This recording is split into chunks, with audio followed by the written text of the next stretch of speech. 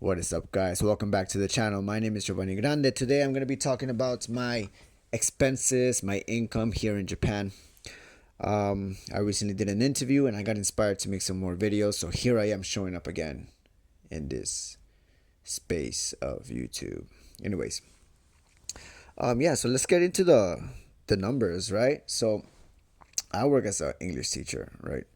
And as the reputation goes, English teachers do not make much money here in Japan. It's trash, to be honest. And for the first year when you're working as an English teacher, it's actually okay because the taxes are a little bit more.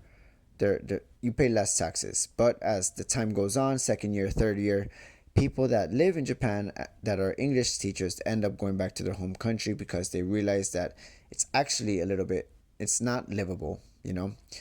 Especially if you want to explore Japan, if you want to like do stuff. I mean, you can get by, but I don't recommend it, especially if you're here to have an experience as anybody should. If they're here in Japan, they should have an experience here in Japan. Otherwise, you're kind of just wasting your time if you're just locked up in your house all day long, not going out, not experiencing Japan. Now, if you do have savings, then that's a different story, right? If you don't want to use up your savings, then you want to keep evolving and you want to keep experiencing things, then you know I would say that you have to like look at your finances and you gotta figure out how you can thrive here in Japan. Anyways, so yeah, let's get into the numbers, right? So as an English teacher, I make about $1,400, right? USD. In Japanese yen, that'd be maybe like 230,000 yen. And yeah, that's actually not enough, right? I pay maybe like $500 for rent. That is including my utilities. So that itself is not that expensive. If you're looking at it from an American standpoint, it's actually kind of cheap. But if you're working for the yen, that's a different story, right? So, is it enough? Definitely not. It's not enough in the long term because I eat a lot. I'm training, I'm working out, and so I eat a lot, and I also go out a lot. So I see my friends. I go out and have like I like to have fun, and I go out more than I've ever done in my life. Now that I'm in my 30s right now, and I feel like I go out a lot more now than I did back in my 20s. So that's kind of interesting. A little bit a change in life. Not that I didn't go out in my 20s, but I just kind of feel like I'm here in Japan and I'd rather be out experiencing the world, even if it is spending some more buckaroos. But that's just me. Yeah, so maybe about $1,400 USD. I spent $500 in rent.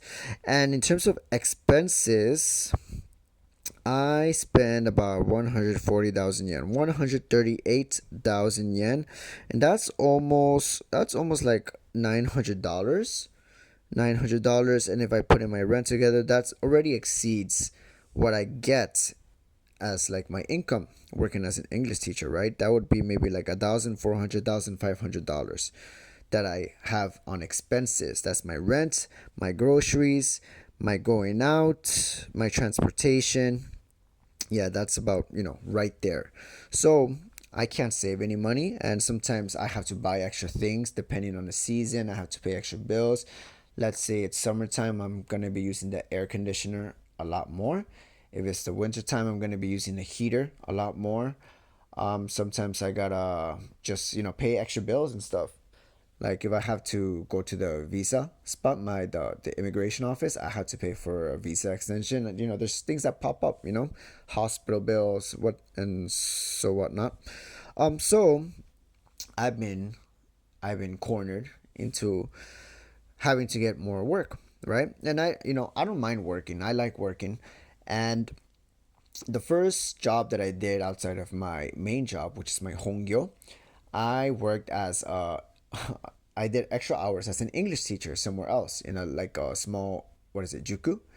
I was working at a juku center, which is like after school, and I would be getting paid just pocket money, just to eat more, to enjoy Japan a little bit more, to do some traveling. And I did that for about maybe 6 months. 6 months. And that was like when I first got here. And I got that through a connect. And so some time went by, and then it was not until like maybe last year, which is when my Japanese was like, it was all right. I was like conversational and whatever. I got another opportunity by another friend.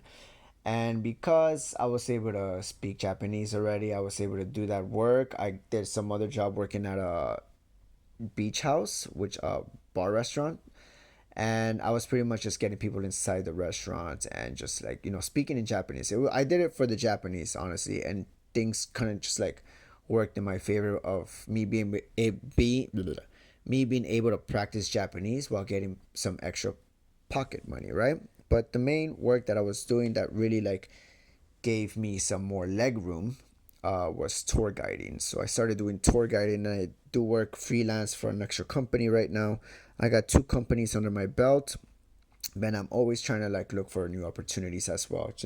Just to like create more leg room, have more experience under my belt. I've never done tour guiding by any chance before this, so it was a great opportunity. It was I would say it's probably one of the best jobs that I've ever had, because not only is there a lot of responsibility, but I feel like there's a lot of personal growth from it. And at the same time, I'm using my Japanese. So all the things that I've learned like throughout Japan, like the experiences, the culture, the language, I'm using it for this type of work. So it's actually kind of like it's very satisfying being in this company, right? And so it's extra company. I actually make depending on the season, maybe like this year so far, I've only worked one tour. I made like maybe $3,600 USD. I'm not gonna make the transfer in yen for that, but let me see. If I could probably ballpoint it, it'd be maybe 500,000 yen, 500,000 to 600,000 yen. And this is just like maybe I would say 2 full weeks of work, 1 week of the actual tour, and then 1 week of preparation. So maybe like two to 3 weeks of work, which is nice, because it's good, because now I have more leg room. I don't have to stress about money.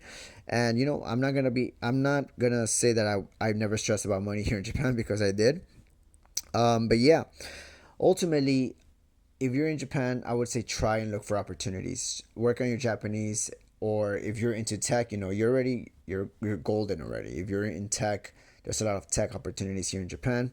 Just know that English teaching is not gonna cut it for you in the long run. You do have to find other opportunities.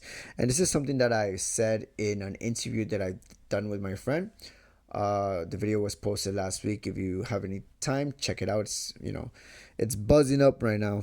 It's brewing in the internet, which is one of the reasons why I'm trying to make more videos right now. I'm trying to catch that wave, if I'm being honest. Yeah. Anyways, those are the numbers, and to be honest, these numbers fluctuate from season to season. So most of the tour work that I do is in the spring, and maybe the shoulder season in the summertime.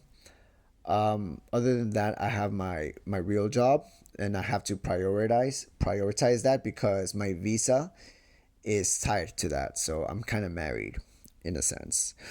Yeah, I would say also that if you're here in Japan and you're willing to have a great experience, you're gonna have to work. You're gonna have to hustle, and it's not such a bad thing working, because you get a lot of experience from working in Japan.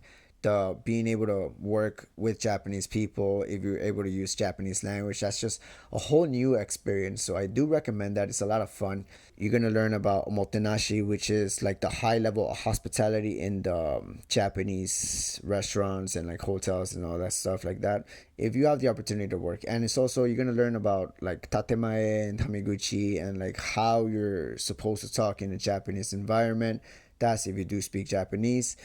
And it's just like there's so many things to learn out here in this country, and it's gonna be different for sure, compared to back home. Granted that if you're in tech, you may have some leeway. Right now, as an English teacher, I also have some leeway, because I'm actually not even supposed to speak in Japanese at work. This is what my company told me when I first got here. I quickly came to realize that Japanese is kind of needed in the work environment. Otherwise, you're going to be isolated from your coworkers. You're not going to have fun. Some people tend to complain about that, and that's just the way it is. But it is a great opportunity. Working as an English teacher is a great opportunity to learn about the culture, language. It's low responsibility. So, I mean, there's a reason why you're getting paid so little money, right? It's low responsibility. It doesn't even feel like work, to be honest. I said this in an interview before that like I feel like I'm not even doing work. I'm kind of just like I'm chilling most of the time. I just have to conversate. I just have to be I just have to be open to all the students, all my students. I have to be open to the staff members as well and just be personable. You have to be a people person. Or if you're not a people person, you have to try and open yourself up. You know, I play with like the kids, my students during my break hours. I don't really need the break because I just don't feel like I'm actually doing work. I'm just talking most of the time. I'm talking and I'm listening a lot. Listening. You have to listen over here too because you know you're surrounded by Japanese, and if you start paying attention, you start learning Japanese as well. Start learning what the kids are saying, what all your coworkers are saying, and it's a great opportunity. It's a great space to be when you're first starting out here in Japan. After some time, I would say, yeah, look for some other opportunities.